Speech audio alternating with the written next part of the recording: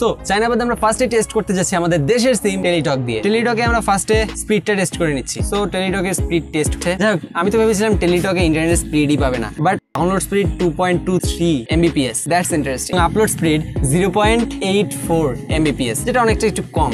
So এরপরে দেখি Airtel কি করে।